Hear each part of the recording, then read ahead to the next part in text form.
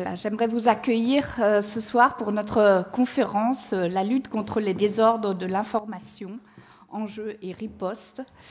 Et je suis particulièrement heureuse d'accueillir parmi nous aujourd'hui Madame Cécile Lequet-Folchini, qui est conseillère à l'OIF à Genève, à la représentation permanente auprès des Nations Unies de l'OIF, et également Monsieur Philippe Sutter, qui est directeur de l'Institut de France, avec qui nous travaillons et coopérons aussi très étroitement. Donc à tous les deux, un grand merci d'être parmi nous ce soir, surtout à l'OIF qui co-financie et coopère avec nous pour ce cycle de conférences. Ce sont 3 conférences que nous avons planifiées. C'est la première ce soir, donc nous sommes vraiment heureux de pouvoir faire cette conférence également en ligne. Donc pour toutes les personnes qui nous suivent en ligne également deviennent un salut chaleureux. Et peut-être qu'il y a aussi des participants de Genève qui se joignent, mais aussi du monde entier. Donc cette conférence en français, pourquoi ? C'est pour le but, c'est aussi de faire rayonner la langue française, qui est une des langues aussi de notre école des hautes études internationales ou académie diplomatique, comme nous on le dit toujours en allemand. Le but, c'est de promouvoir en fait l'influence aussi de la francophonie et de faire partager l'expertise qui existe dans le monde francophone et également d'assurer la diversité linguistique et culturelle que nous offre le monde de la francophonie à Vienne, qui est une capitale internationale aussi, avec beaucoup d'organisations internationales. Donc j'espère qu'il y a aussi des personnes qui se joignent à nous, qui sont de ces organisations internationales. Voilà, je suis heureuse d'accueillir maintenant nos principaux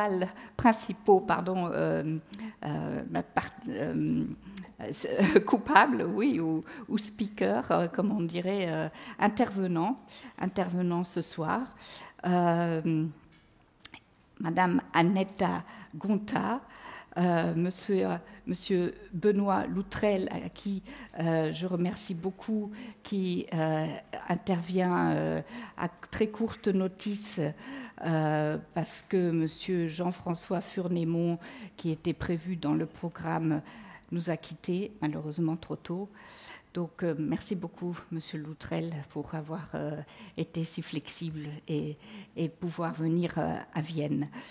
Nous avons également un 3e intervenant qui interviendra en ligne parce qu'il se situe actuellement à Beyrouth.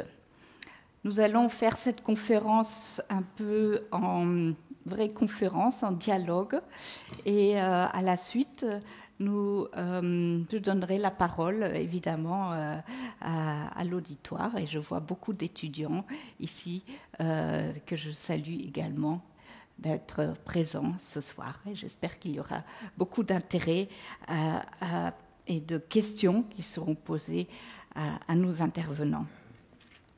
J'aimerais commencer avec Madame Annetta Gonta. Elle est la vice-présidente du Conseil de l'audiovisuel de Moldavie et présidente de la section moldave de l'Union de la presse francophone. La lutte contre la désinformation au niveau institutionnel, public, national et régional sont l'objet de son activité professionnelle et de recherche. Et je suis sûre qu'elle pourra nous donner beaucoup d'informations avec sa connaissance aussi très d'actualité. Comme vous savez, il y a eu les élections récemment présidentielles, un référendum constitutionnel qui a eu lieu le 20 octobre. Les échos étaient très positifs, même si l'environnement caractérisé cette élection, un peu, on avait une crainte qu'il y ait des interférences extérieures illicites. Donc peut-être vous pourriez aussi nous parler un peu de ce sujet d'actualité. Et après, je vous poserai des questions et nous suivrons après avec Monsieur Benoît Loutrel. La parole est à vous, Madame Gonta. Merci beaucoup. Je croyais que c'était à l'inverse. En fait, c'était Benoît qui devrait commencer, mais non, ça va. Bonsoir à toutes et à tous. Et je vais commencer par remercier l'Académie diplomatique de Vienne ou l'École de hautes études internationales pour m'avoir invitée et pour avoir cette possibilité, opportunité d'échanger avec vous ce soir. Je suis très désolée pour gâcher votre soirée. Je sais que même si la désinformation a des particularités dans certains pays, dans certaines régions, les étudiants sont partout les mêmes. Ils n'aiment pas les activités extrascolaires très très tard dans la soirée, mais j'espère qu'on va réussir à vous tenir, à attirer votre attention et à soutenir votre intérêt. Donc, et je veux aussi remercier les organisateurs pour le titre de cette conférence. Quand j'ai vu donc lutte contre les désordres de l'information, enjeux et riposte, je me suis dit je suis partante parce que parfois les gens parlent de la désinformation seulement. Mais vous savez peut-être que le nom, l'expression, le concept de désordre de l'information, c'est beaucoup plus large, c'est beaucoup plus complexe, beaucoup plus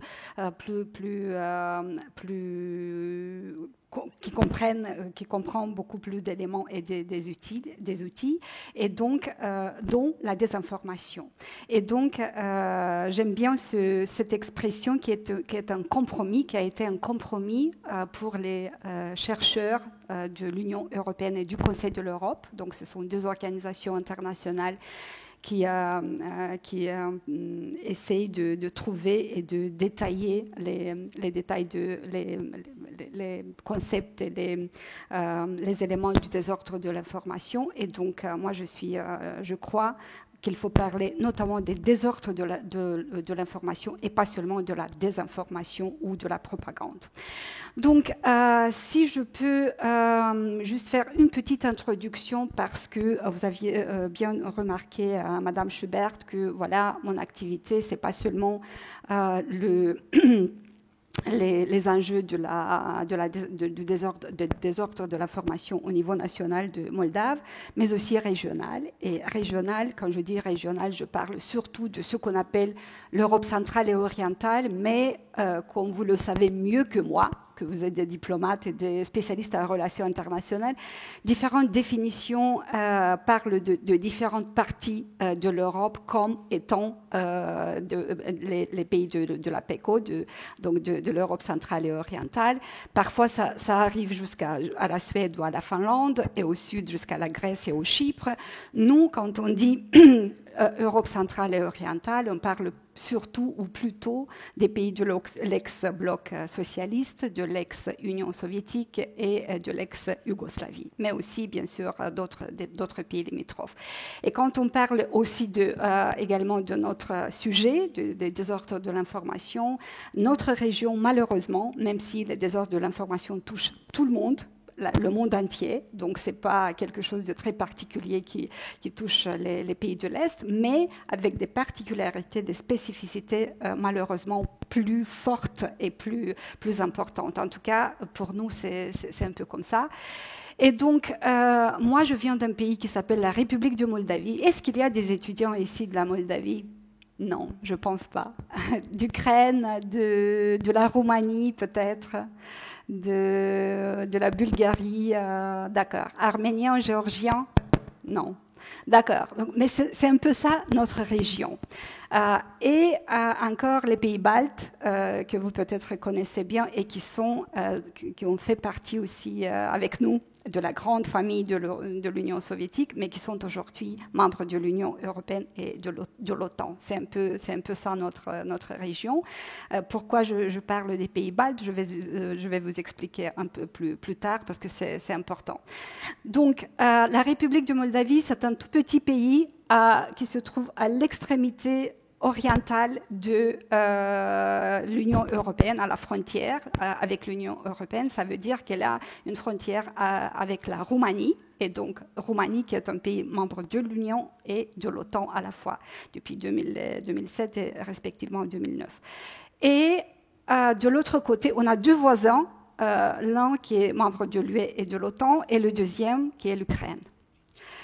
Donc on a une frontière commune importante pour nous en tant que petit pays qui a la taille de la Belgique. La Moldavie a vraiment la taille de la Belgique, c'est tout petit, mais qui a une frontière d'à peu près 1000 km avec l'Ukraine, un pays qui, comme vous le savez très bien, est aujourd'hui en guerre avec la Fédération russe. Donc, les enjeux, comme vous pouvez comprendre, sont très compliqués, sont très forts et sont très évidents, malheureusement, de plus en plus dans des périodes très spécifiques, comme c'est la période électorale dont je vais vous parler également. Quelle est la ligne directoire, en fait, des ordres de l'information dans tous ces pays, notamment dans les pays de l'ex-Union soviétique, mais aussi du bloc socialiste, c'est qu'on a des interférences, des ingérences, comme on les appelle, des ingérences étrangères. Dans notre cas, comme vous pouvez vous imaginer, il s'agit de la Fédération russe qui, pendant des décennies, à organiser, à orchestrer des ingérences dans nos espaces informationnels, dans nos espaces médiatiques et dans nos espaces physiques, naturels, si j'ose dire.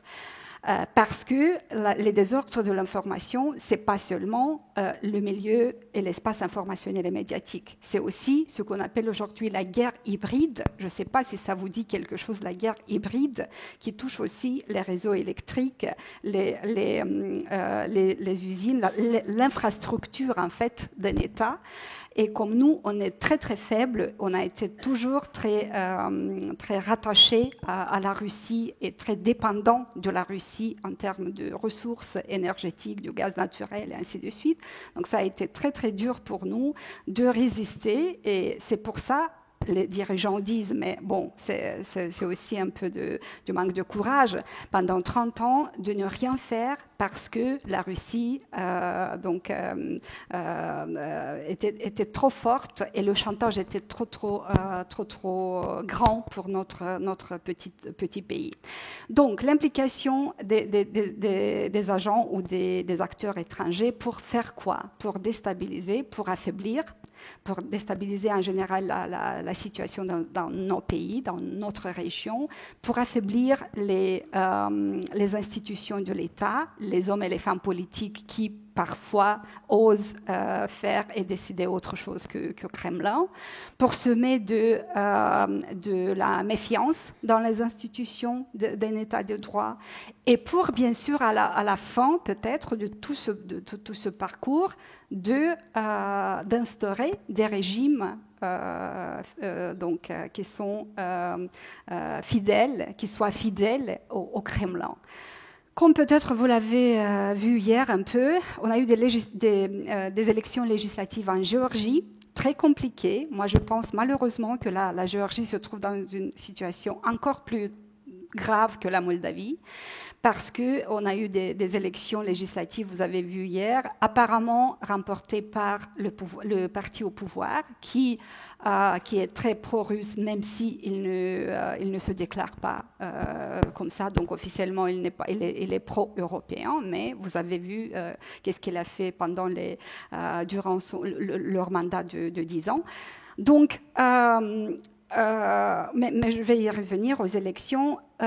Juste un exemple sur les pays baltes, et après je vais revenir à la Moldavie. Les pays baltes qui sont pour nous, ils ont toujours été un exemple de défendeurs des libertés, des droits de l'Union européenne et ainsi de suite. Mais sachez que les pays baltes continuent, même s'ils sont déjà membres de l'Union européenne et de l'OTAN, ils continuent à être cibles du Kremlin, même aujourd'hui, même dans les conditions d'une stabilité au sein de l'Union européenne et de l'OTAN. Vous savez que l'Estonie, qui est tout petit tout petit pays d'1,4 million à peu près en termes de population. Donc, il a été le premier État au monde qui a subi en 2007 une attaque numérique à grande échelle, à échelle nationale. Donc, et c'est là qu'ils ont compris qu'il faut investir et riposter en investissant dans la défense numérique, dans la cyber, ce qu'on appelle la cyberdéfense. Qu'est-ce qui s'est passé en 2007 ? Donc, la raison, c'était presque banal. C'est une statue de bronze d'un soldat soviétique qui avait été installé au centre de Tallinn, donc la capitale de la petite Estonie, et qui était pour une partie de la population un symbole de l'occupation soviétique, et pour une autre partie, dont la minorité russophone qui est très importante en Estonie, c'est à peu près 30% de la population nationale, donc c'est important. Pour eux, c'était un symbole de la victoire contre le nazisme, le régime naziste.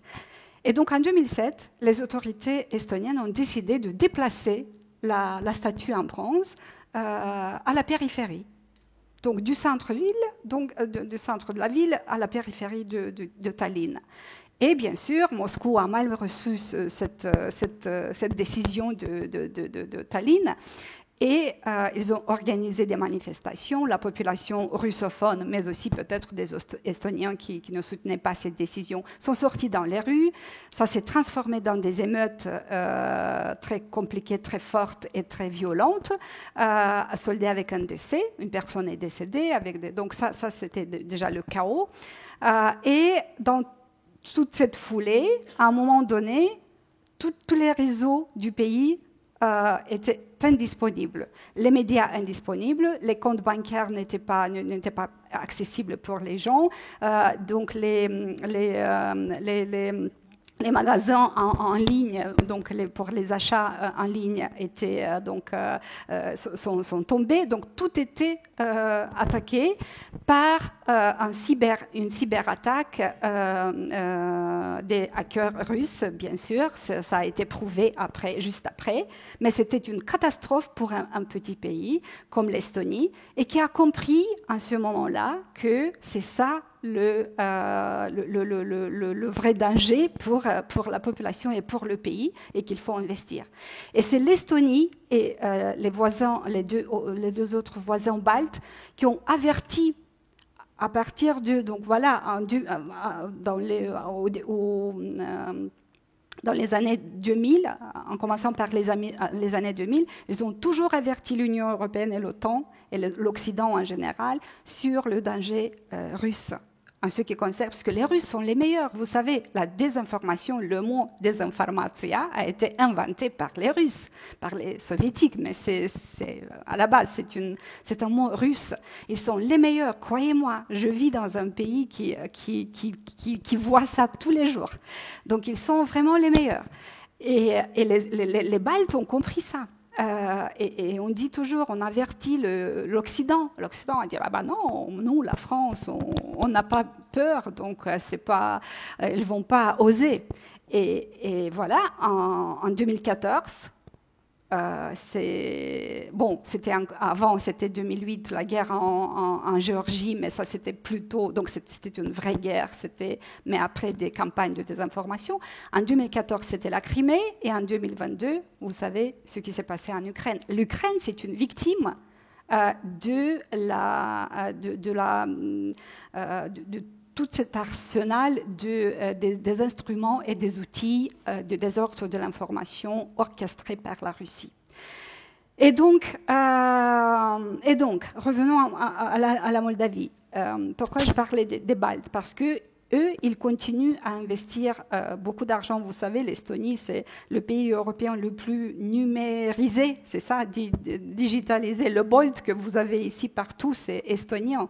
En Estonie, sauf tu peux pas te marier, divorcer et acheter un immeuble en ligne. Le reste, tu peux faire tout ce que tu veux en ligne. Donc, c'est vraiment le pays le plus avancé dans ce domaine. Mais eux, ils ont leur riposte, c'est toujours ça, et encore des investissements dans des campagnes d'analyse et de travail en amont. Ils ont instauré en Lettonie, en Estonie, en Lituanie, moi-même j'ai visité quelques centres, c'est impressionnant comment ils travaillent. Ce sont des équipes de communication stratégique au sein des institutions clés des pays, des États, des 3 États, mais surtout en Estonie, ça marche très très bien. Et en plus, ils ont un centre d'excellence en ce qui concerne la défense, cyberdéfense, quelque chose comme ça, de l'OTAN sur le territoire de l'Estonie, à Tallinn. Et ils ont des équipes, des gens qui travaillent en amont pour analyser, pour voir. Ils m'ont montré quel était le montant des messages venus de Russie, des différentes institutions de Russie qui ciblaient pas seulement les pays baltes, mais aussi la Géorgie, l'Arménie et la Moldavie. Et surtout la Moldavie, parce que la Géorgie, c'était déjà un peu gagné pour eux, mais la Moldavie, c'était vraiment leur joujou préféré les dernières années. Donc, oui, désolée, je savais que ça va aller comme ça. Donc, et pour la Moldavie, juste 2 mots. Après, pour les élections, si on aura le temps, je vais entrer dans les détails. Mais pour la Moldavie, sachez que je vais dire juste une chose, que le résultat du référendum qui est passé quand même de justesse. Donc c'est pas un oui très très ferme et très très très bien donc concrétisé dans la volonté de la population. Ça a été choquant pour certains, pour moi non. J'ai toujours su que c'est une des conséquences des gigantesques campagnes de désinformation et de manipulation de la population moldave.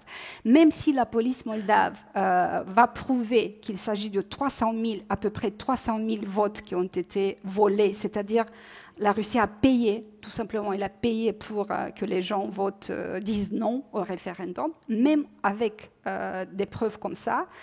Je sais que malheureusement, une importante partie de la population a dit non parce que l'UE égale l'OTAN égale guerre. UE égale LGBT, droit des minorités sexuelles et d'envahissement de je ne sais pas qui. L'UE, c'est la disparition de la souveraineté de l'État moldave en tant qu'État moldave, de la langue, de la culture, de l'Église orthodoxe, à propos de l'Église orthodoxe aussi. Donc, tous ces récits, toutes ces narrations ont été exploitées parce que les Russes savent très très bien la mentalité un peu encore soviétique des Moldaves, des Géorgiens, des Arméniens, des Baltes, pas beaucoup, mais quand même. Et donc, ils exploitent ça. Ils savent sur quel bouton appuyer pour gagner. Je vais m'arrêter ici, mais j'ai encore beaucoup de choses à vous dire. Merci. Merci beaucoup, Madame Ponta. Vous pourrez vous écouter encore évidemment beaucoup plus longtemps, mais j'aimerais donner quand même l'opportunité et le temps aussi à nos autres intervenants. Et on reviendra après vers vous avec des questions. Donc vous aviez bien déjà donné des exemples des enjeux nationaux et régionaux. Maintenant, je me tourne vers Monsieur Benoît Loutrel. Pour peut-être dans votre capacité de membre de l'autorité de régulation de la communauté audiovisuelle et du numérique en France, vous avez aussi la perspective, je dirais, actuelle aussi, peut-être un peu plus large aussi, au niveau mondial et dans l'espace francophone. Peut-être que vous pouvez nous donner un peu de votre point de vue là-dessus. Merci. Merci beaucoup. Merci pour votre invitation.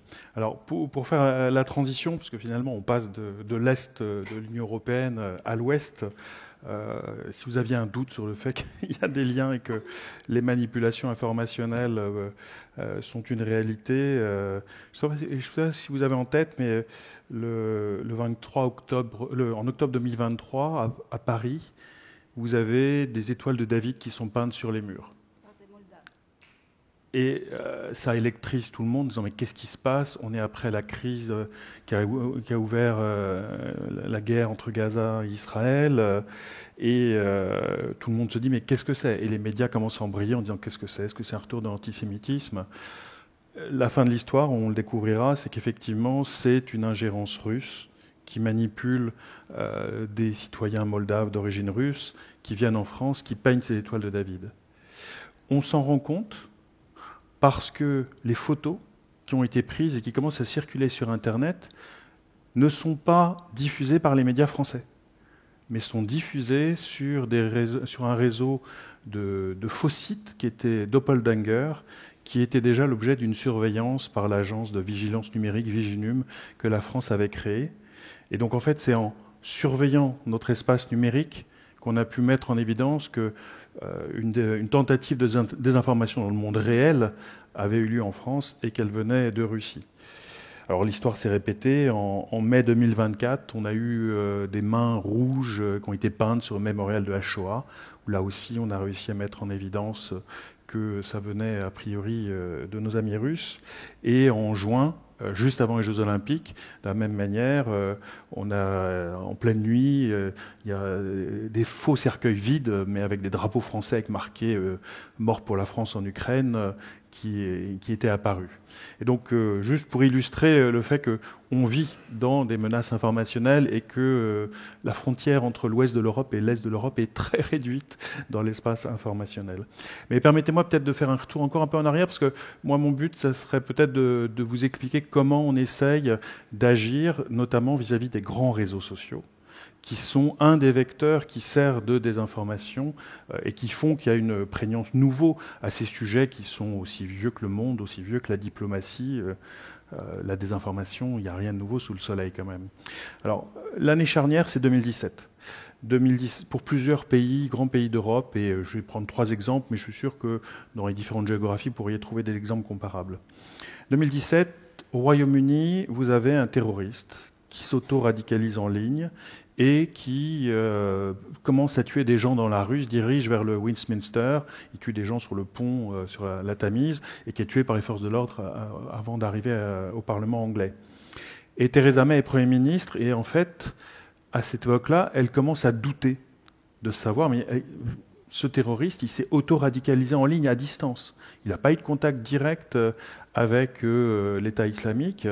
Et elle se pose la question en disant, mais est-ce que les grands réseaux sociaux, à l'époque, YouTube, Facebook et Twitter, est-ce que vraiment ils luttent contre le terrorisme? Est-ce qu'ils font partie de la solution ou est-ce qu'ils font partie du problème? Et elle n'est pas certaine, en fait. La même année, en Allemagne, on est à 6 mois d'une élection générale et vous avez une explosion de haine en ligne qui cible la chef du parti vert et qui se fait lyncher sur les réseaux sociaux. Et la classe politique allemande réagit en disant « mais on ne veut pas faire politique dans un tel environnement ». Et là aussi se dit « mais est-ce que les réseaux sociaux, avec lesquels le ministère de la Justice avait des réunions régulières pour savoir comment lutter contre la haine en ligne, est-ce que vraiment ils sont engagés ?» Ou, je cite les paroles d'un secrétaire d'État allemand, ou est-ce qu'ils viennent juste par courtoisie, mais en fait, non, ils ne sont pas engagés. En France, en 2017, vous avez 2 incidents. Un premier qui a lieu on est à la première élection présidentielle d'Emmanuel Macron. Et en France, on vote le dimanche, et à partir du vendredi soir à minuit, on a une période de silence électoral, où la loi interdit aux candidats de faire campagne, interdit aux médias de continuer à rendre compte de la campagne. On essaie d'organiser une période où on fait baisser un peu la pression, laisser les électeurs prendre un peu de recul pendant 24 heures avant le vote. Et vers 20h, vous avez une publication en ligne sur le site Wikileaks d'une quinzaine de boîtes mail piratées qui viennent de l'équipe de campagne d'Emmanuel Macron.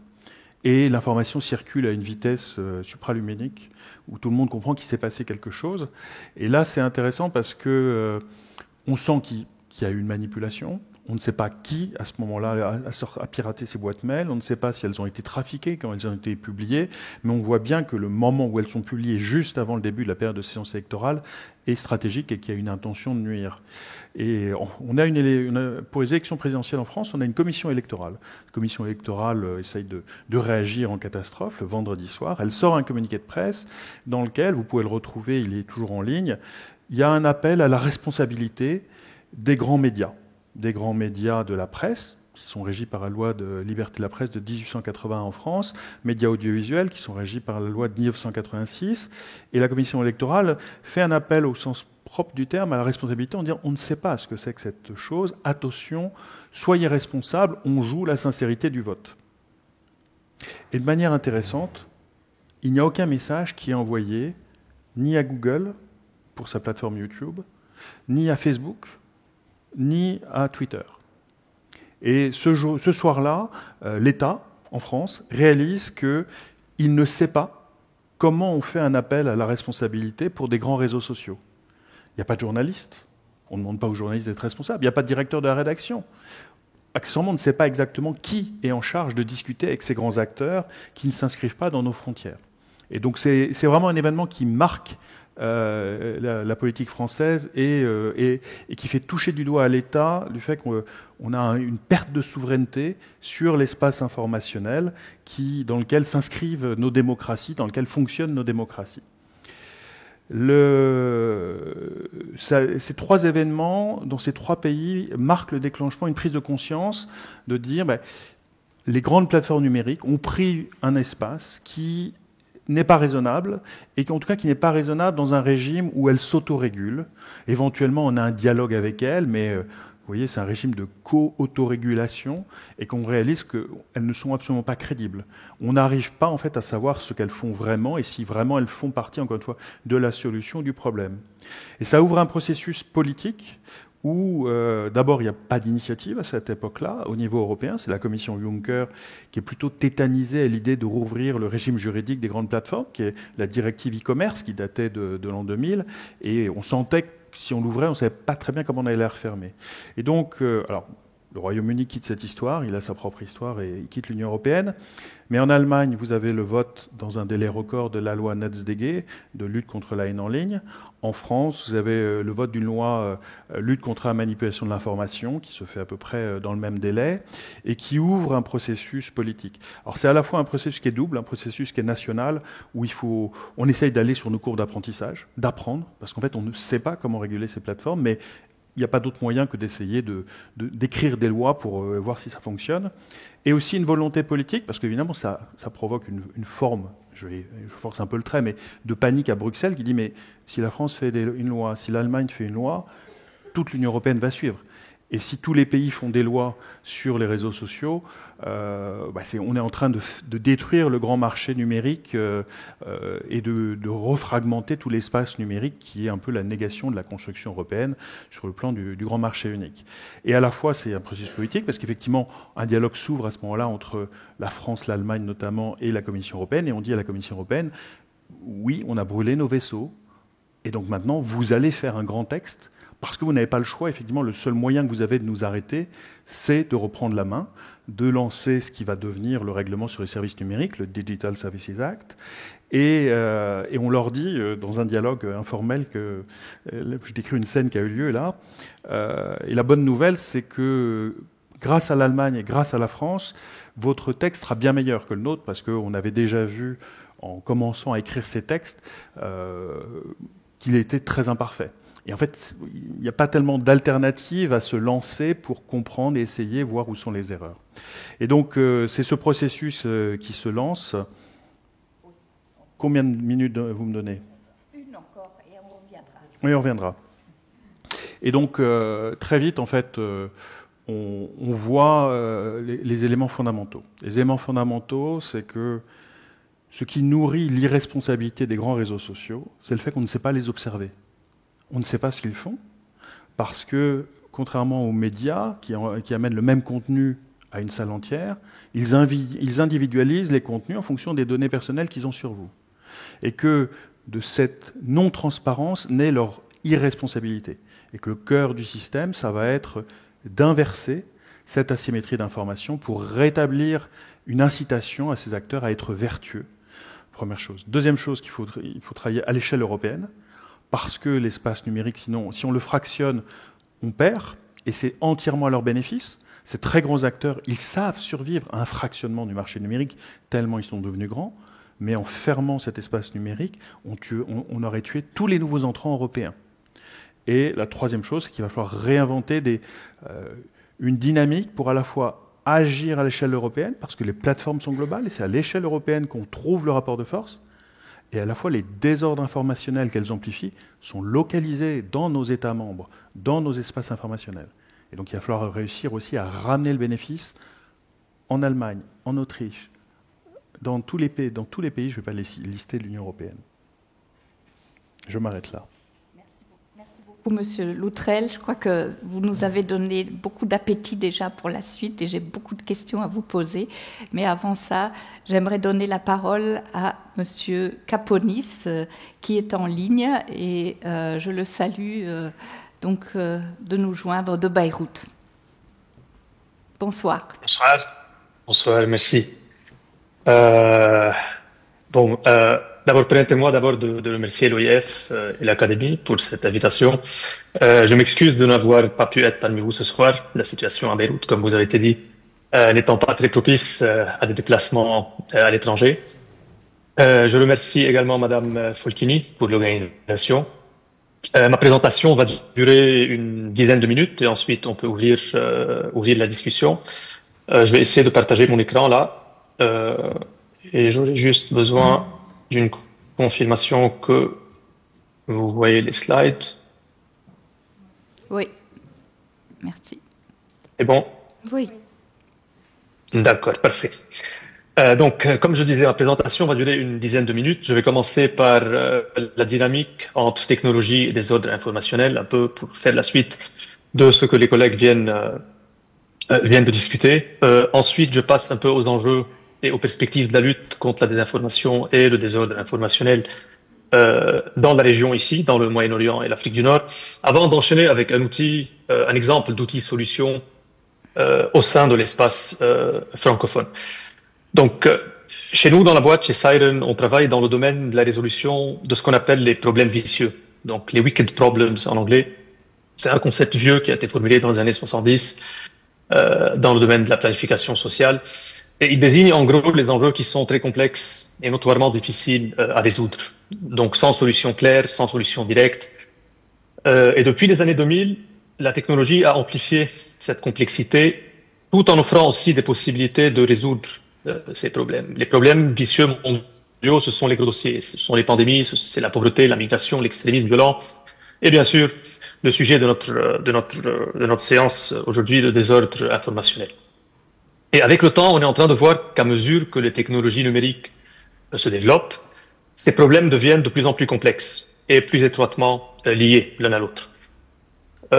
Et c'est particulièrement vrai pour les troubles informationnels, pour le désordre informationnel, avec, comme on le voit, une diffusion beaucoup plus rapide et beaucoup plus grande des fausses informations. On vient d'en discuter.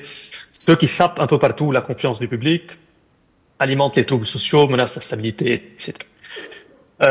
Mais l'impact de la tech n'est pas seulement négatif. Bien sûr, la technologie amplifie et accélère les problèmes, mais elle offre également la possibilité de les adresser. Et on va voir un exemple de ces outils technologiques de chez nous dans la région du Moyen-Orient. Donc, le désordre informationnel dans la région MENA représente un défi majeur, avec beaucoup de facteurs sociaux, facteurs politiques, technologiques qui entrent en jeu. C'est un espace médiatique qui est sursaturé, une désinformation généralisée, comme vous le savez, de la propagande, un flux écrasant de contenu, ce qui complique l'accès du public à des informations vraiment fiables.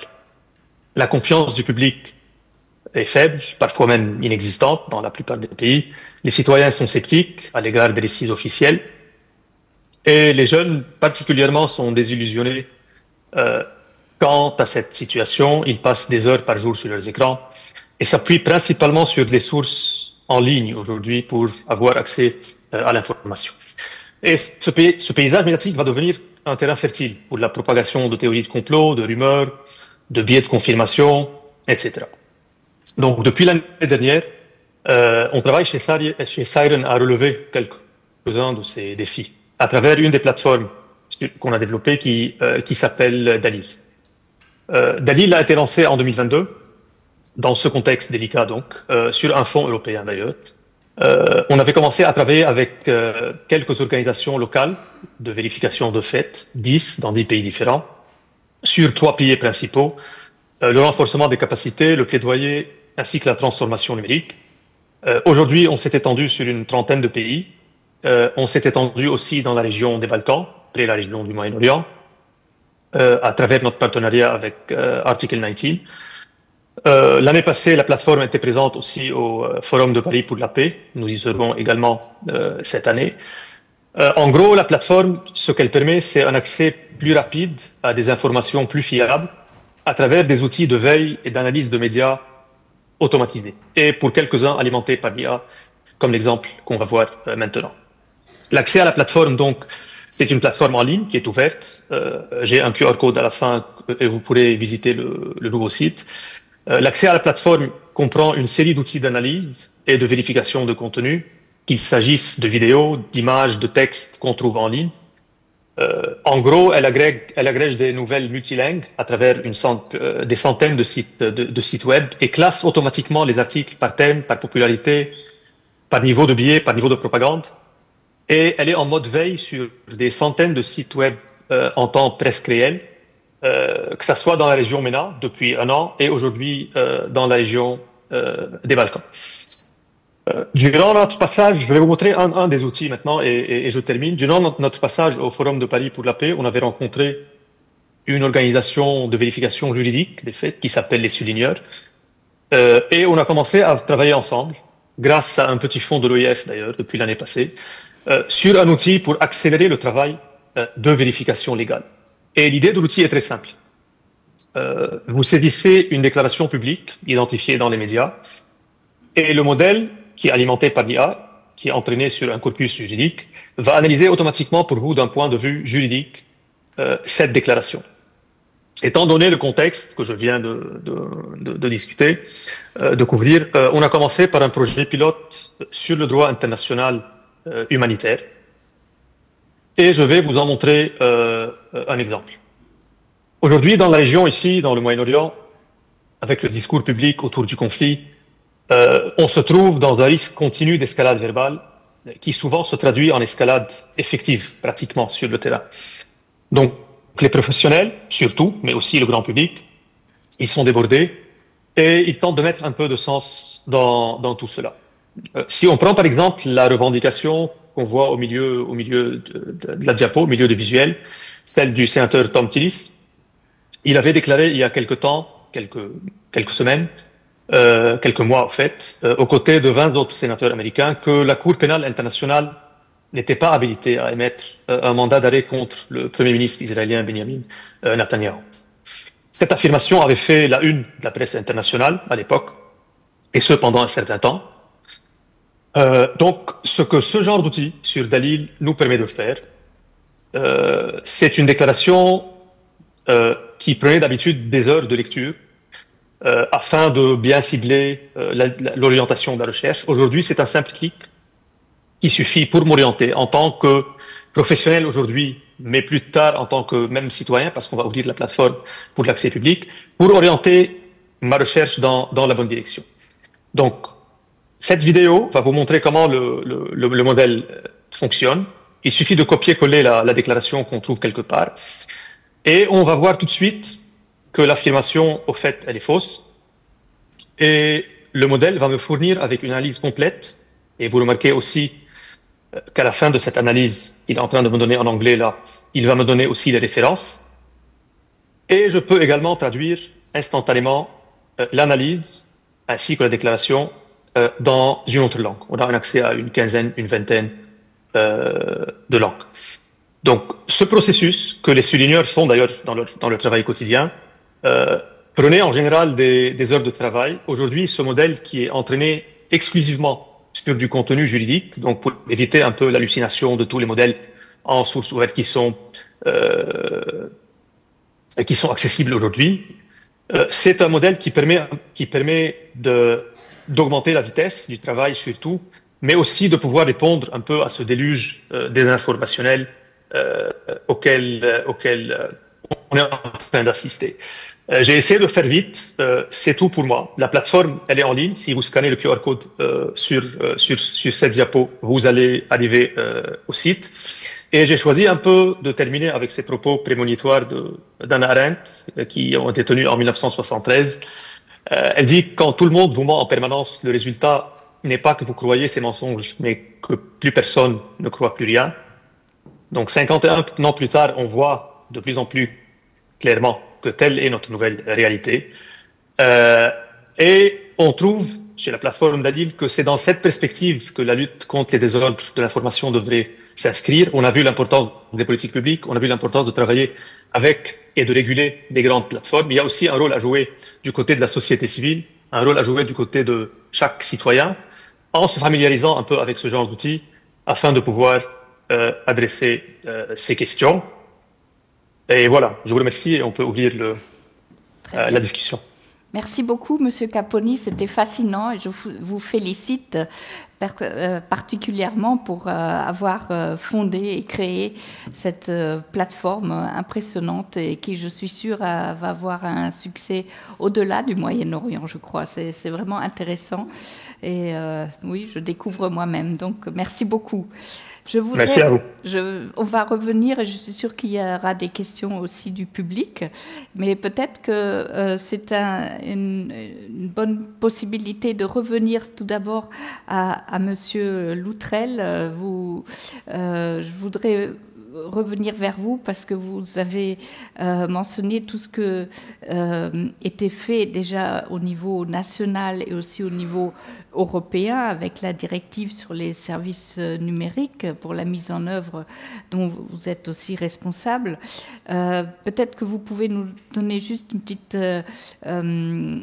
un petit aperçu de tous les acteurs qui sont impliqués et concernés dans ce travail, parce que on a vu aussi avec l'intervention de Monsieur Caponis, chacun de nous est au centre de ces informations, parce qu'elle est adressée à nous, mais qui sont tous les acteurs qui sont à impliquer pour contrer ces fausses informations. Merci. Alors, quand on essaie d'analyser, donner un cadre pour savoir mais comment est-ce qu'on lutte contre la désinformation, nous on a tendance à utiliser toujours une approche en disant on a un triangle avec 3 pointes.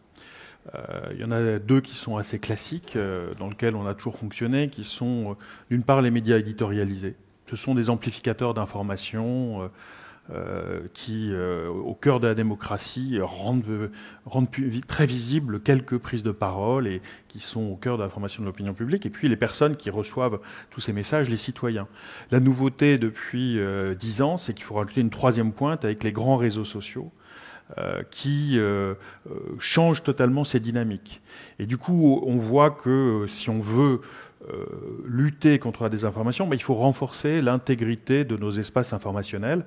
Et donc ça passe par le fait de dire il nous faut des médias forts. Or on voit que la révolution numérique a affaibli structurellement leur modèle économique. Et donc se posent des questions nouvelles de comment est-ce qu'on finance l'information, quel est le modèle économique de l'information, des questions qu'on ne se posait pas du tout il y a 20 ans. Première dimension et ligne d'action et d'acteurs, comment est-ce qu'on renforce nos médias. Deuxième chose, évidemment, de toute façon, quel que soit le problème, j'ai appris ça à la Banque mondiale, la meilleure solution, c'est toujours d'investir dans l'éducation. Donc, les citoyens, comment est-ce que on ne peut pas résoudre ce problème si on n'a pas un énorme effort d'investissement dans les citoyens? Hier, on parlait d'éducation aux médias, puis on a parlé d'éducation aux médias et à l'information, et on voit petit à petit, nous, on est en train de faire une transition et dire éducation aux médias, à l'information et à la citoyenneté numérique. C'est-à-dire que si on n'arrive pas à créer un sentiment de citoyenneté numérique chez les citoyens, de dire mais quand vous êtes dans l'espace numérique, vous avez aussi des devoirs et des responsabilités, on n'y arrivera pas. Que ça soit sur la désinformation, que ça soit sur la haine en ligne. Si chacun individuellement, caché derrière un pseudonymat, on déverse des torrents de haine en ligne, les plateformes n'arriveront pas à nettoyer, ou on va rentrer dans un cercle vicieux. Donc il faut investir toujours plus, et de la même manière que dans ma génération, on m'a appris que toute photo pouvait être manipulée, que le régime soviétique effaçait les gens sur les photos au fur et à mesure où il faisait ses purges, eh bien vous apprendrez que toute vidéo, si vous ne savez pas d'où elle vient, vous ne devez pas la prendre pour argent comptant. Ça peut être un hypertrucage, un deepfake. On l'a fait dans nos générations, je ne vois pas pourquoi vous n'y arriverez pas. Et puis le troisième, c'est le plus compliqué, c'est comment on agit sur ces plateformes. Et ces plateformes, elles concentrent beaucoup de complications. Et là, on va rajouter des ingrédients qui sont assez stratégiques, justement, en partenaires, même quelles que soient les géographies. Encore une fois, on ne sait pas ce qu'elles font. On ne sait pas les observer. Il faut casser cette barrière asymétrique. Et elles ne savent pas quels sont leurs effets sur le fonctionnement de nos sociétés. Quand vous gérez un grand réseau social, l'automodèle économique est simple. Plus vous générez d'attention, plus vous mettez de publicité, plus vous gagnez d'argent. Oui, mais ça ne dit pas quel est l'impact sur la société. Et donc, il y a un énorme enjeu de mobiliser le monde académique, le monde de la recherche, pour commencer à remonter la pente et être capable d'établir une compréhension de quelle est la réalité de leur engagement, qu'on ne dépende plus d'elles pour savoir ce qu'elles font, et pour commencer à étudier quels sont les effets sur le fonctionnement de nos sociétés.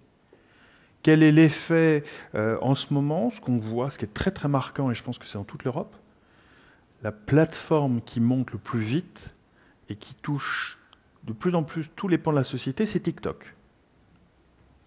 Sur les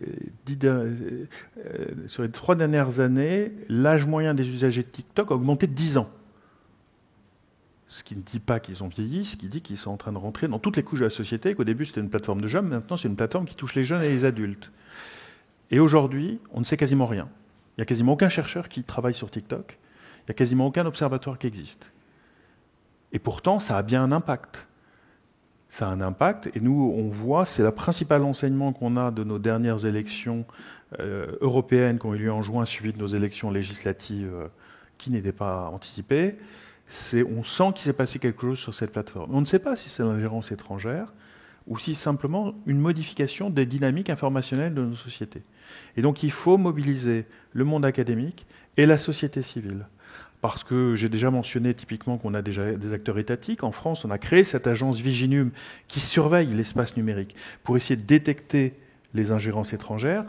Mais quand vous avez détecté quelque chose, si au même moment vous n'avez pas des médias qui sont formés, si vous n'avez pas des chercheurs qui ont mis au point des protocoles, si vous n'avez pas de la société civile qui participe aussi, vous déséquilibrez la société et ça devient la parole de l'État qui vous dit ce que vous devez penser. Si vous avez construit une résilience, si vous avez mobilisé tous les pans de votre société, oui, l'agence Viginum sort un rapport en disant mais voilà ce qu'on a observé avec telle méthodologie, et instantanément vous avez des chercheurs qui disent mais on connaît ces méthodologies, on les a développées, elles sont connues, vous avez des médias qui disent on sait les reproduire, et vous avez une défense qui se fait immunitaire collective.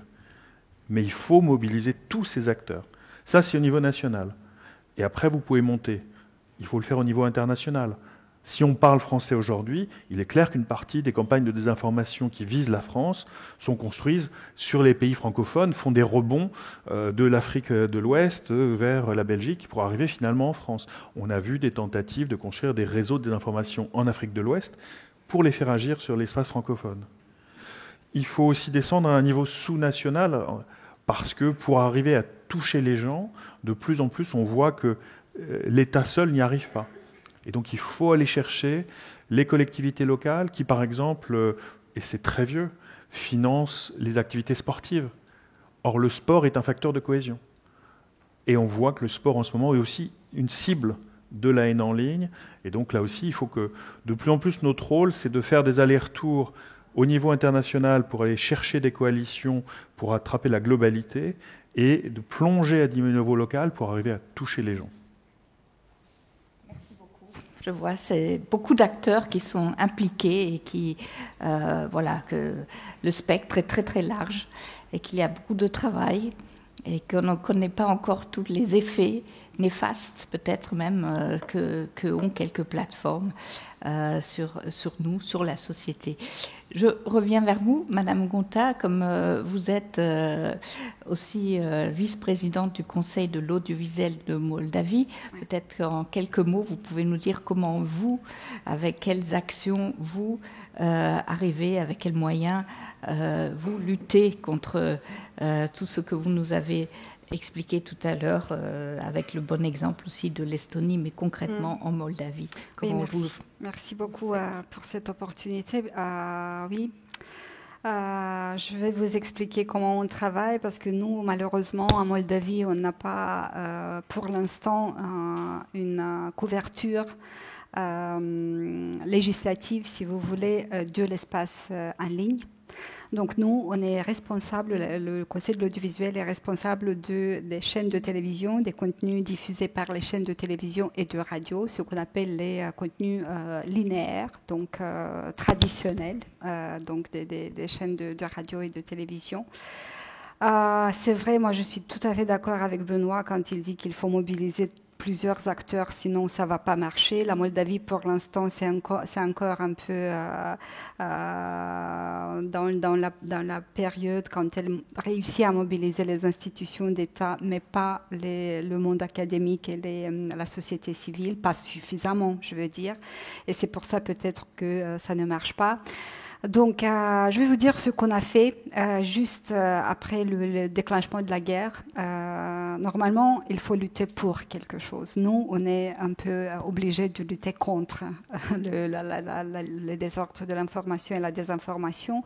Nous, on a introduit dans notre législation audiovisuelle la définition de la désinformation.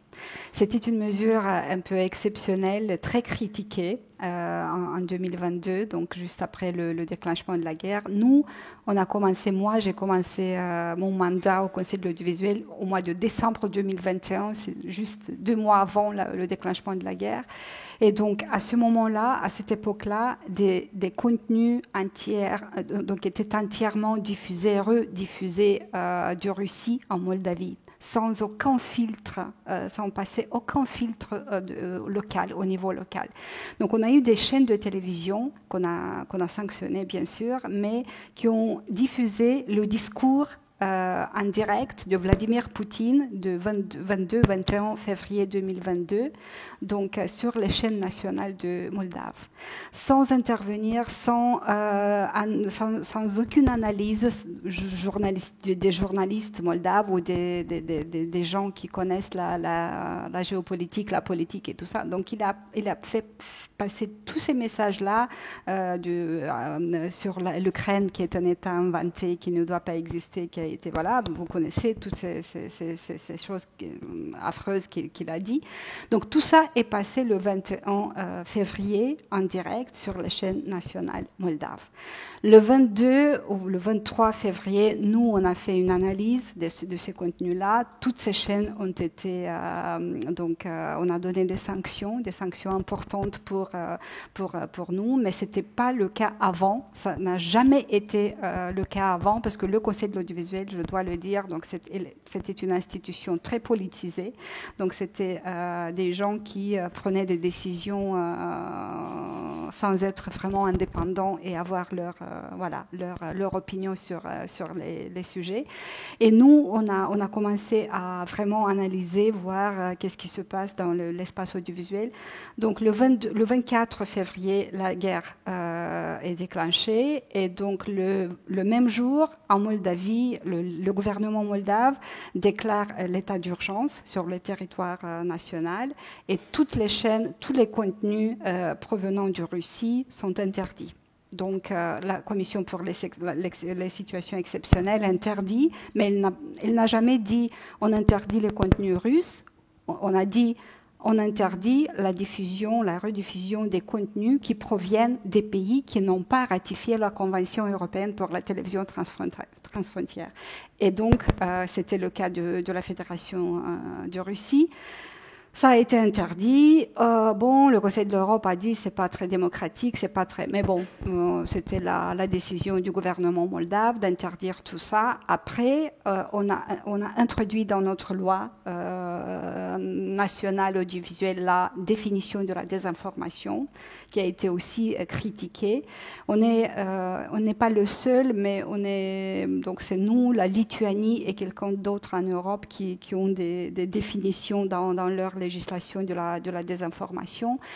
Et donc c'est là que le vrai travail a commencé, parce que c'était très difficile et ça continue à être très difficile de prouver qu'il s'agit de la désinformation au sens de la définition du code. Parce que je vous dis, il faut prouver l'existence d'au moins 3 éléments. Que les informations sont fausses.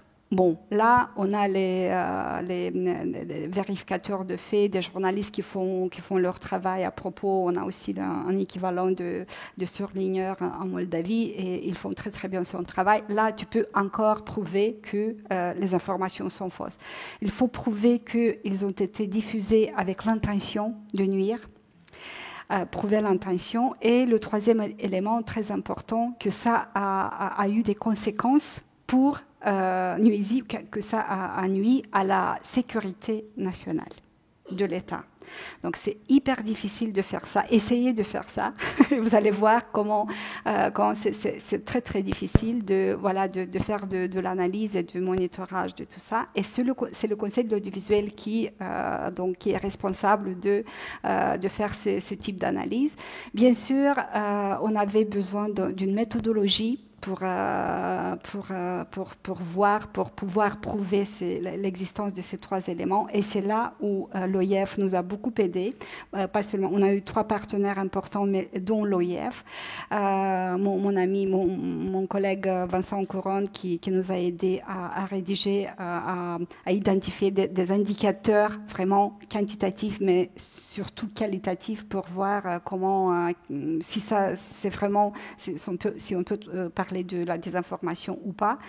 Donc on a rédigé cette méthodologie, ça nous a pris beaucoup de temps et donc c'est seulement cette année, en 2024, que le Conseil de l'audiovisuel a donné une première sanction pour la désinformation à une chaîne publique, une chaîne publique régionale, parce que la Moldavie, c'est un pays tout petit, mais avec beaucoup de gros problèmes. On a la Transnistrie, peut-être ça vous dit quelque chose, c'est une bande séparatiste, donc une région qui n'est pas reconnue au niveau international, mais aussi on a au sud du pays, on a une autonomie, donc c'est une région avec un statut d'autonomie politique et linguistique et culturelle et ainsi de suite. Les Gagaous sont une minorité turcophone, mais orthodoxe, de religion orthodoxe.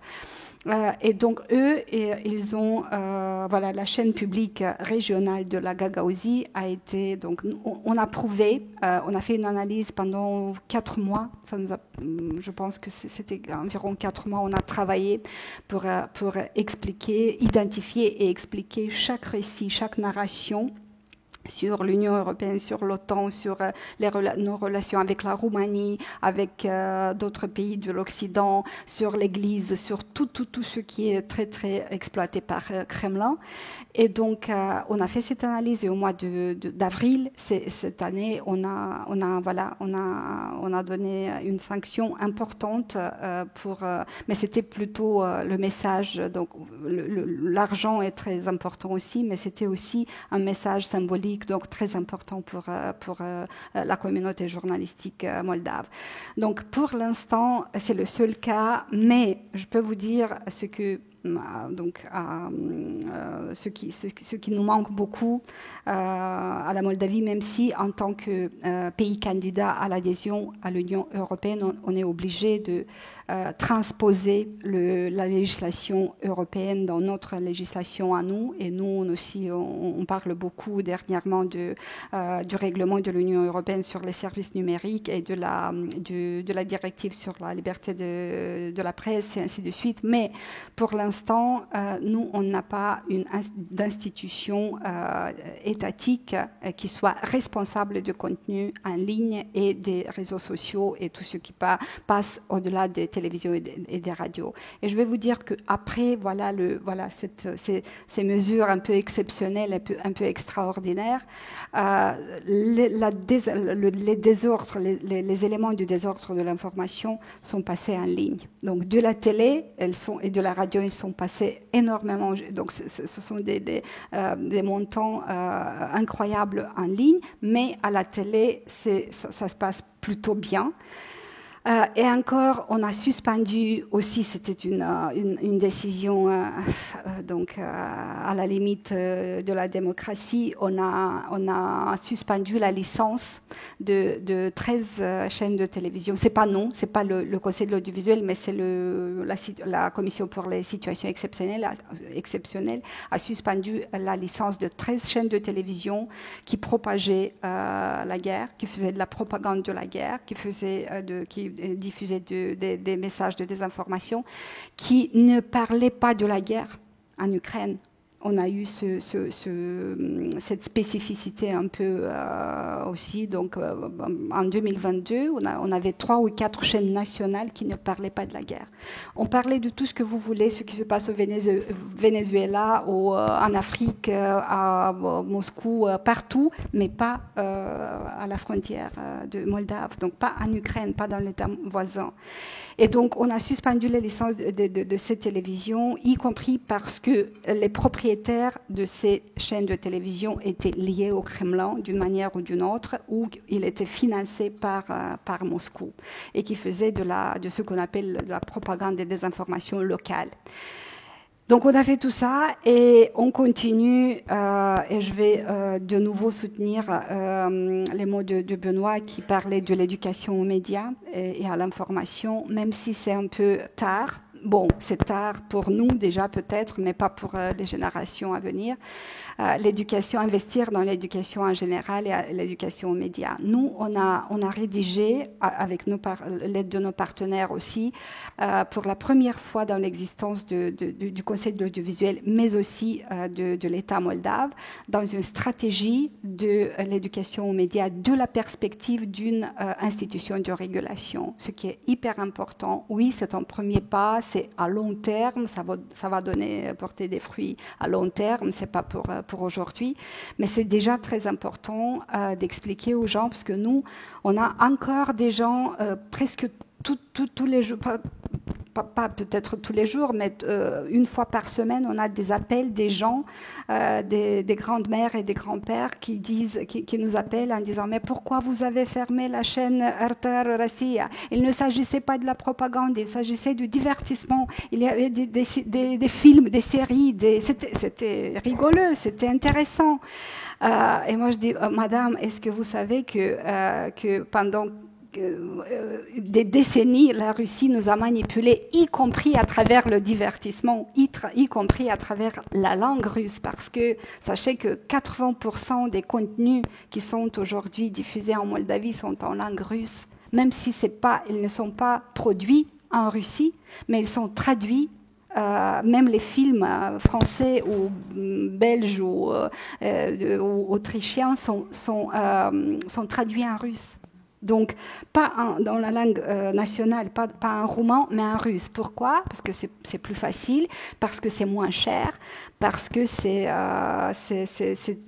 par habitude, et voilà, et les gens connaissent, tout le monde comprend le russe, et donc tout ça, ça se fait d'une manière continue.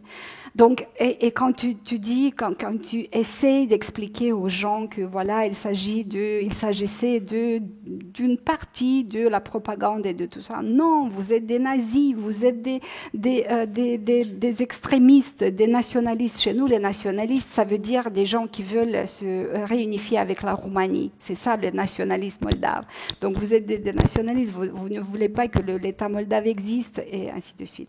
C'est difficile, c'est un travail hyper dur, mais on fait ça chaque jour, et on est en train aussi d'essayer de modifier la législation pour que le Conseil de l'audiovisuel ou une autre institution puisse aussi être responsable de l'espace virtuel, parce que ça c'est hyper important. On a déjà créé un centre pour la communication stratégique et lutte contre la désinformation, mais qui n'est pas encore très fonctionnel malheureusement. On a des collaborations avec nos partenaires étrangers, mais pour l'instant, c'est très modeste, leurs résultats. Nous, on fait ce qu'on peut, mais c'est pas encore évident. Voilà. Merci beaucoup. Beaucoup a été fait, mais si je résume, il reste quand même encore des défis, beaucoup de défis. Et avant de passer la parole, parce que vous avez mentionné aussi le monde académique, et je voudrais en profiter aussi avec le mot-clé éducation, donner la parole aussi peut-être aux étudiants, je voudrais quand même encore donner l'occasion à Monsieur Loutrel, qui voulait ajouter encore un mot. En deux mots, c'est intéressant ce qu'on vient de dire, parce qu'en France aussi, on a voté une loi qui dit qu'en période électorale, si un parti a le sentiment qu'il y a une fausse information qui est diffusée, il peut saisir le juge des référés, qui peut prendre toute mesure nécessaire. Et il y a immédiatement eu d'abord une saisine du Conseil constitutionnel et une réserve d'interprétation posée par le Conseil constitutionnel. On dit attention, il faut trouver l'équilibre avec les libertés publiques. Et toute la problématique des réseaux sociaux, c'est que c'est de la parole citoyenne dessus, qui est dessus. Et moi je dis toujours, vous avez un continuum complet entre de la mésinformation. C'est mon vieil oncle qui n'a rien compris, qui répète la chose qu'il n'a pas compris, et il a le droit d'avoir rien compris. J'ai 5 oncles, je vous rassure, donc je parle de l'un des 5. Mais il y a la mésinformation, il y a de la désinformation, il y a des gens qui ont une intention, mais ce n'est pas forcément un problème, c'est au cœur de la démocratie. Prenez dans toutes les démocraties un débat parlementaire du gouvernement contre son opposition, il y a une seule réalité, et il y a 2 visions qui s'affrontent, c'est une forme de désinformation, c'est inhérent au jeu démocratique. Et puis, petit à petit, on arrive dans des choses qui sont plus gênantes, jusqu'à l'ingérence étrangère, qui est inacceptable, jusqu'à un mouvement politique qui va essayer de vous faire prendre des vessies pour des lanternes, mais c'est très compliqué. Et donc on voit en fait que l'arme de la légalité du contenu est quasiment inutilisable sur le sujet de la désinformation, et qu'il faut aller chercher à un niveau supérieur pour créer une espèce de résilience informationnelle pour que justement on ne sacrifie pas tous les principes démocratiques. Et c'est ça toute la difficulté de cet exercice. Et c'est aussi ça, du coup, qu'on essaye de demander aux plateformes, non pas de lutter contre les fausses informations, mais de lutter contre la désinformation. Et donc d'avoir des mécanismes où éventuellement elles empêchent des groupes tiers d'abuser de leur plateforme, pour que petit à petit on soit armé quand on voit un mouvement d'opinion sur les réseaux sociaux, que via le monde académique, via les médias, on sache décrypter en disant mais c'est quelque chose de réel, c'est un mouvement de la société qui s'exprime, ou c'est un petit groupe politique qui essaie de faire croire qu'il est un très grand groupe politique, ou c'est un petit groupe politique étranger qui intervient. Et c'est ça, petit à petit, qu'il faut essayer de construire collectivement. Merci beaucoup. Voilà, j'arrive aux questions, oui. Et aux réponses, j'espère aussi, également de M. Caponis, qui est encore en ligne. On ne le voit pas maintenant sur l'écran, mais si vous avez des questions également à M. Caponis, n'hésitez pas. Donc voilà, la possibilité est à vous. Si vous avez des questions au panel, n'hésitez pas. Qui commence? Voilà. S'il vous plaît, la dame, il y a un micro qui voilà, fait que tout le monde pourra écouter votre question. Peut-être vous pouvez juste dire qui vous êtes et dans quelle année vous êtes. Bonsoir, je suis Victoria Mrus et je suis une étudiante de deuxième année ici à l'Académie. Merci beaucoup pour de vos informations précieuses et aussi de votre temps ici. Je m'excuse d'avance pour mes fautes en français. Donc j'aurai 2 questions. La première, en ce qui concerne un peu les problèmes vicieux aussi dont nous avons parlé, et par exemple la santé publique. Nous avons vu pendant le Covid qu'il y avait aussi beaucoup de mésinformations et de désinformations. Mais quand même si les autorités européennes et aussi les experts ont lutté contre la mésinformation, quand même beaucoup de personnes ont par exemple n'ont pas cru à ces informations et ils étaient contre par exemple au vaccin. Une situation similaire s'est déroulée aussi pendant les élections pour le Parlement européen. Donc, quand même, les personnes se sont informées sur TikTok, ils ont cru à cette information facile. Et donc, quelles sont les mesures concrètes que les autorités peuvent mettre, qu'ils peuvent appliquer? Parce que oui, quand même, il y a les personnes préfèrent les informations faciles. Et ma deuxième question est aussi connectée à les informations faciles. Donc, il concerne le journalisme de piège à clic. Donc, comment motiver les journalistes et les plateformes des infos à préférer la qualité des informations en opposition à la viralité des informations? Merci beaucoup. Merci beaucoup. Je prendrai d'autres questions ensuite, mais peut-être le panel, Monsieur Loutrel. Alors peut-être sur le premier point. Ce qui a été inclus dans le règlement sur les services numériques, le Digital Services Act, c'est un régime qui est d'approche du sujet par les risques, où on n'a pas du tout les mêmes exigences en fonction de la taille de la plateforme et de l'enjeu qu'elle pose sur le fonctionnement de nos sociétés. Et donc il y a un seuil qui a été défini en disant, ben voilà, si vous êtes une plateforme qui touche 35 millions de citoyens de l'Union européenne, on considère que par votre taille, vous provoquez, vous induisez des risques systémiques dans le fonctionnement de nos sociétés. Et donc les risques systémiques, c'est de provoquer des perturbations dans le fonctionnement démocratique en période électorale, ou c'est exactement l'exemple que vous donnez, de faire obstacle aux politiques de santé publique, où effectivement on voit que si on n'arrive pas à maîtriser la propagation de rumeurs sur les vaccins, on va voir la politique de santé publique reculer.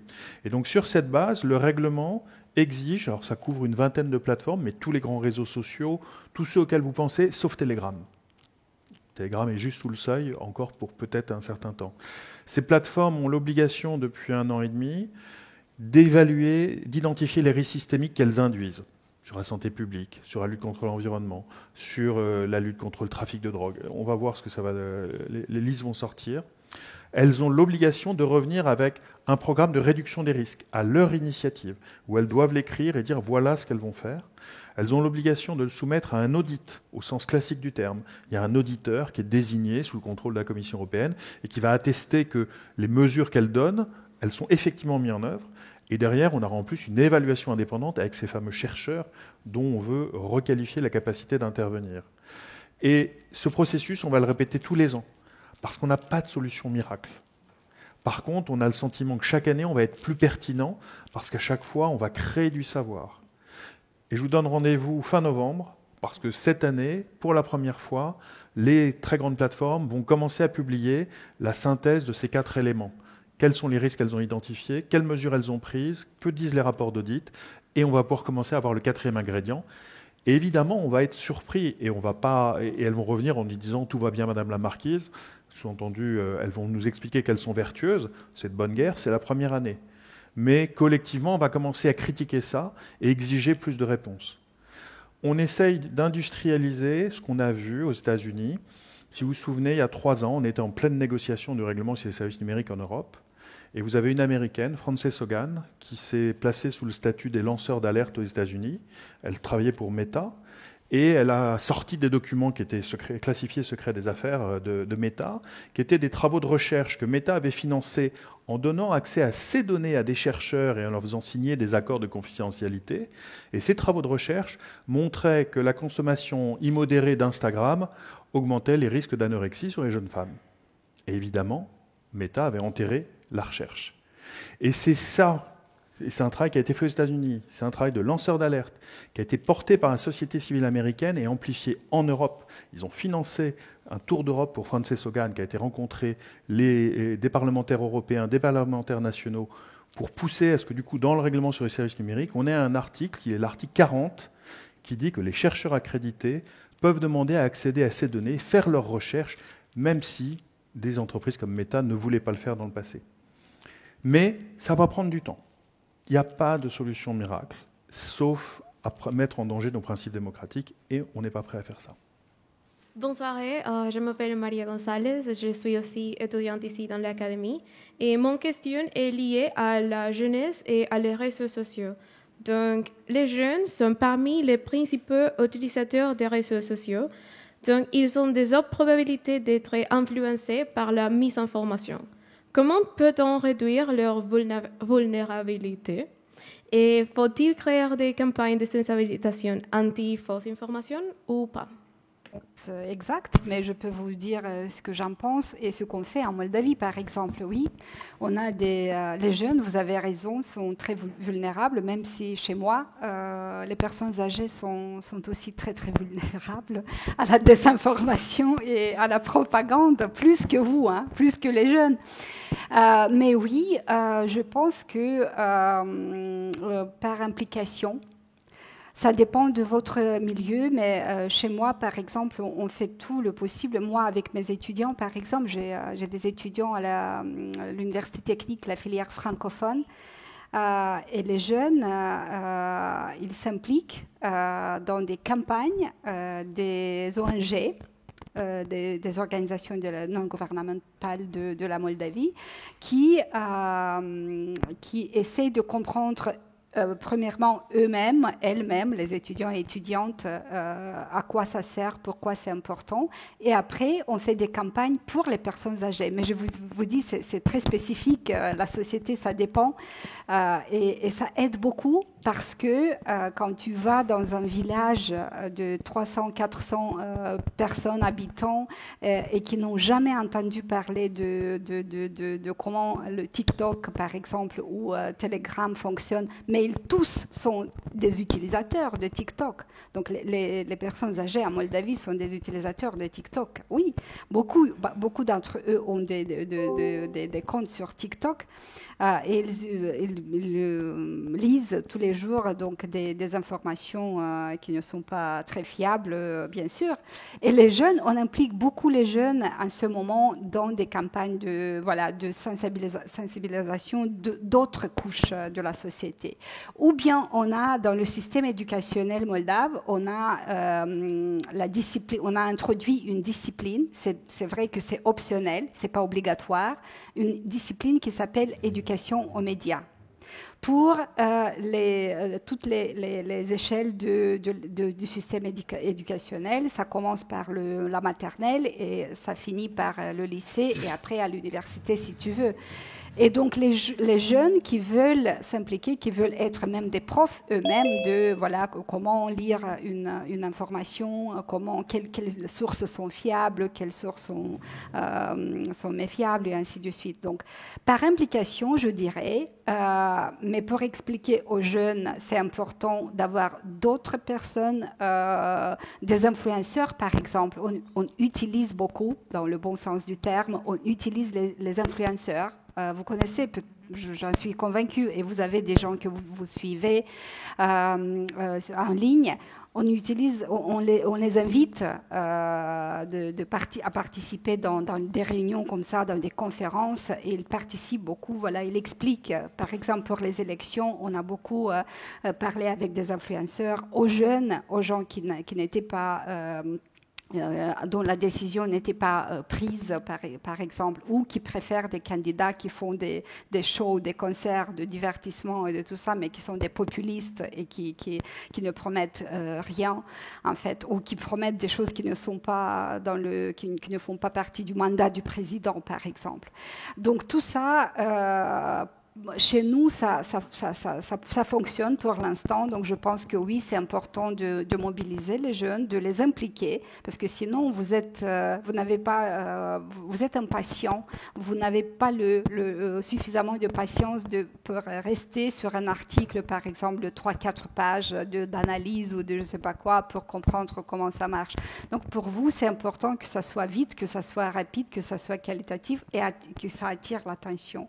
Et nous, on essaie de faire ça, mais c'est vrai que parfois, vous avez des salles très, comment dire, modestement impliqués dans les activités. Mais oui, je pense, ma réponse serait oui, les jeunes, des campagnes de sensibilisation pour les jeunes, c'est très utile. Oui. Voilà. Si je peux rajouter un élément très vite, évidemment, il faut toujours plus d'éducation. Ce qu'on est en train de réaliser en France, l'âge moyen des téléspectateurs est de 57 ans. Autant dire que ce n'est pas l'âge moyen des Français. Donc ça veut dire que les jeunes ne regardent pas la télévision. Et en fait, pendant plusieurs années, les médias de service public, typiquement, on se sont dit, mais on va aller chercher les gens sur les réseaux sociaux pour les ramener sur leurs antennes. Et en fait, il y a une bascule qui est en train de se faire. On a un dialogue avec eux. Et ils sont en train de réaliser que pour remplir leur mandat, qui est un mandat de cohésion sociale, de créer de la vision partagée de la société, ils doivent accepter que des nouvelles générations arrivent qui ne viendront jamais sur la télévision et que donc c'est aux médias de service public d'aller produire du contenu sur les réseaux sociaux. Et que c'est de leur mandat de toucher toute la population. Et si une partie de la population ne s'informe que sur les réseaux sociaux, ben c'est à eux d'aller produire de l'information dans le format qui est accepté, qui est pris par les jeunes. Merci beaucoup. Je crois que c'est aussi le chemin que prend l'audiovisuel autrichien. Je crois que toutes les chaînes de télévision en Europe doivent suivre un peu cet exemple.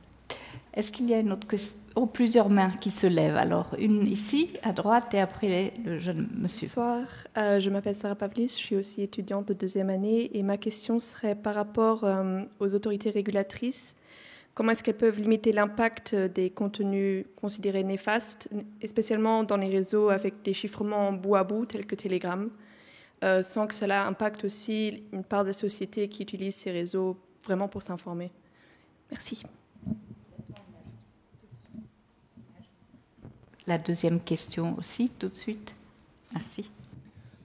Bonsoir, je voudrais tout d'abord vous remercier pour vos interventions. Et je me présente, je m'appelle Asset Baymerden. Je suis étudiant en première année ici à l'Académie et je viens du Kazakhstan.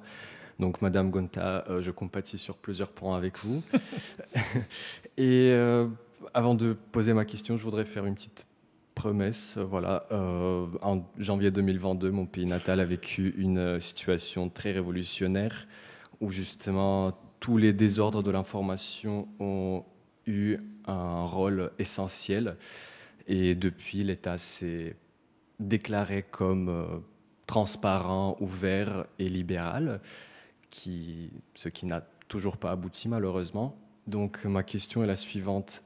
Quelles seraient les perspectives pour les pays où l'État intervient dans le flux des informations et participe à la désinformation de la population?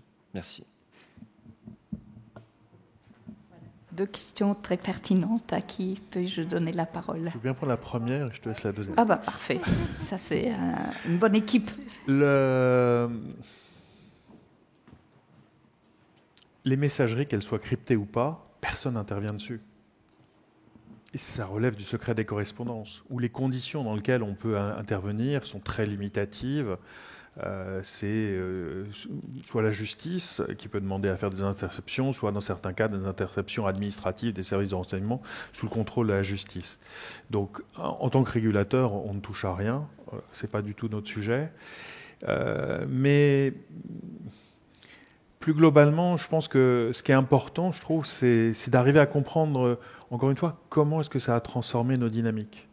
Comment ces messageries servent à véhiculer éventuellement des rumeurs qui parfois sont spontanées. Il y a des rumeurs, elles ne sont pas toutes avec des interventions étrangères. Donc je crois qu'il ne faut pas trop se focaliser sur ces mécanismes.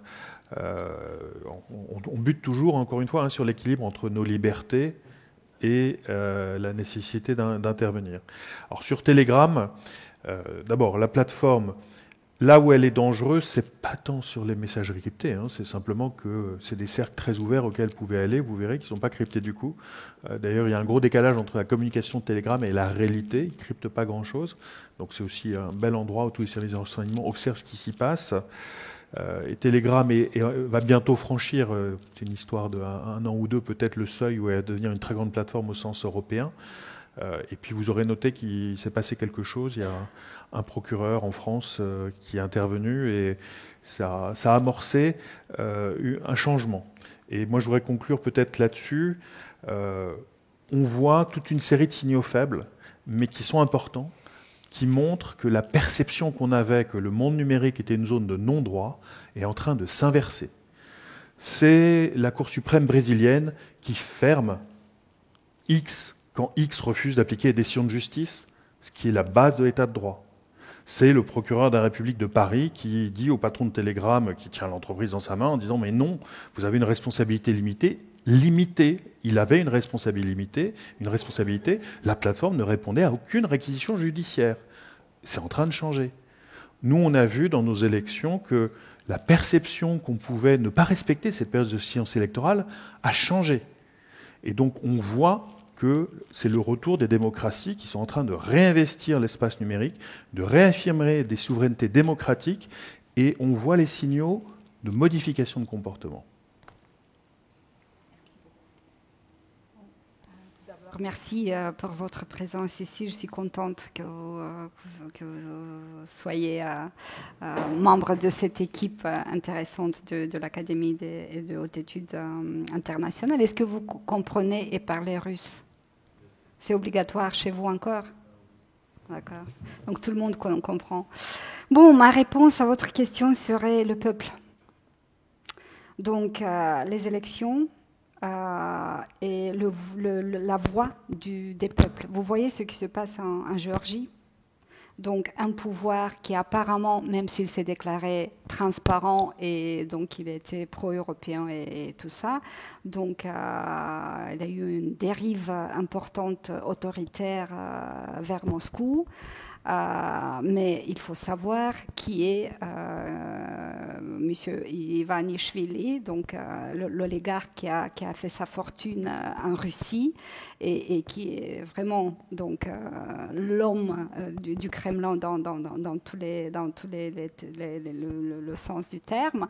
Et donc c'était clair, pour moi c'était clair encore en 2012-2013 que ça va changer, donc que c'est pas vraiment un rêve géorgien, le parti qu'il a construit. Et vous voyez, le peuple, apparemment, on compare toujours la Moldavie et la Géorgie, on dit qu'en Géorgie, le peuple, la majorité est pro-européenne et c'est le pouvoir le problème. Mais vous voyez, le peuple a voté. Bon, ils disent que ça a été fraudé, que ça a été volé, que ça a été, je ne sais pas s'ils vont pouvoir prouver tout ça, mais je pense, en sachant un peu, en connaissant un peu la société géorgienne aussi, je pense que malheureusement, une partie importante de la population, elle est aussi pro-russe. Beaucoup, parce que, vous savez pourquoi.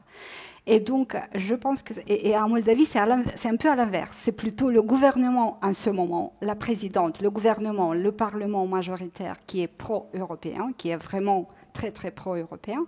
Et voilà une moitié, presque, de la population qui a dit non au référendum, mais pas aussi...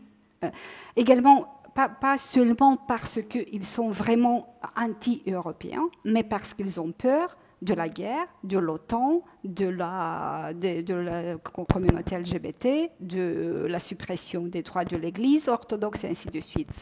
C'est ça.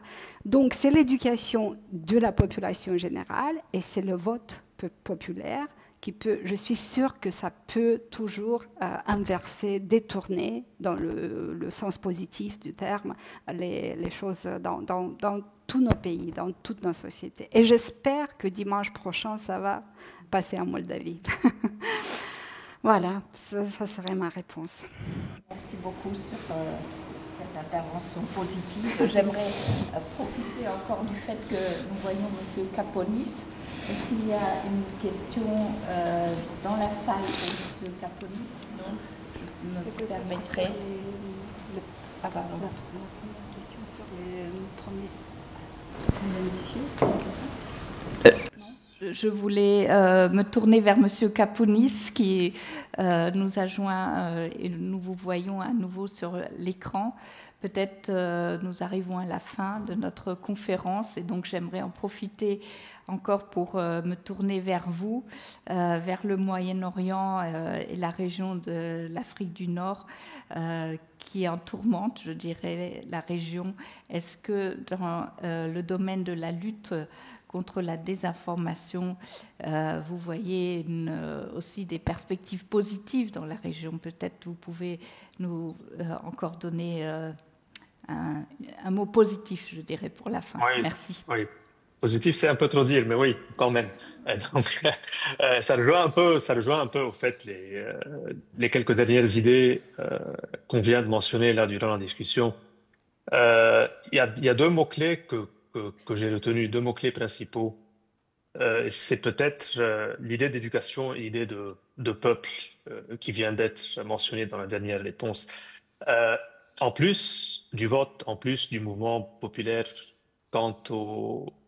parce qu'une des dernières questions, c'était à propos de quand c'est l'État qui est impliqué dans toute cette mouvance désinformationnelle, qu'est-ce qu'on peut faire? On a vu au cours des 20 dernières années, un peu plus peut-être, l'essor des médias sociaux, les progrès technologiques, etc., avaient accéléré la mondialisation du phénomène du journalisme citoyen, pour le meilleur et pour le pire, je dirais. Aujourd'hui, je pense qu'il y a une ouverture, et c'est avec l'essor de l'intelligence artificielle qui nécessiterait peut-être une explosion similaire, je dirais, du fact-checker citoyen, du vérificateur de faits citoyen. Chez nous, dans la région, on voit on a vu l'importance des régulateurs, on a vu l'importance des politiques publiques. Les vérificateurs de faits, les petites organisations, les petites ONG, elles sont dans la première ligne de défense et elles ont besoin de tout le soutien disponible dans leur travail quant à la lutte contre la désinformation. Mais j'ajouterais peut-être, pour conclure, que le désordre informationnel concerne aussi tout le monde. Et je pense qu'il y a un rôle à jouer, c'est chacun. Et comme l'idée que le vote peut jouer en la faveur quand il y a ce blocage étatique quant à la désinformation, je pense aussi que si la responsabilité de chacun, de l'individu, du citoyen, de devenir ce vérificateur de fait, à son niveau, déjà, avant de parler du niveau sociétal, c'est un pas ça serait un pas dans le bon sens. Voilà. Tout à fait d'accord, 100%. Le premier pas est chez nous et nous devons aussi faire un effort. Et je crois que c'est un très beau mot de conclusion pour toute la salle qui a fait l'effort de venir ce soir aussi à assister. C'est déjà ça aussi la preuve de vous informer et de participer à ce travail qui va nous poursuivre encore avec tout le thème de l'intelligence artificielle. Qui sait dans quelle direction notre société va. Donc ça va nous accompagner les prochaines années. Et en tout cas, pour ce soir, je crois, nous avons eu des excellents intervenants, idées pour nourrir nos réflexions. Merci beaucoup à vous tous, à Monsieur Kapounis en ligne. Salutations à vous aussi. Merci d'avoir participé. Merci Madame Gonta, merci Monsieur Loutrel. Et merci à vous tous et une bonne soirée. Merci aussi aux personnes en ligne.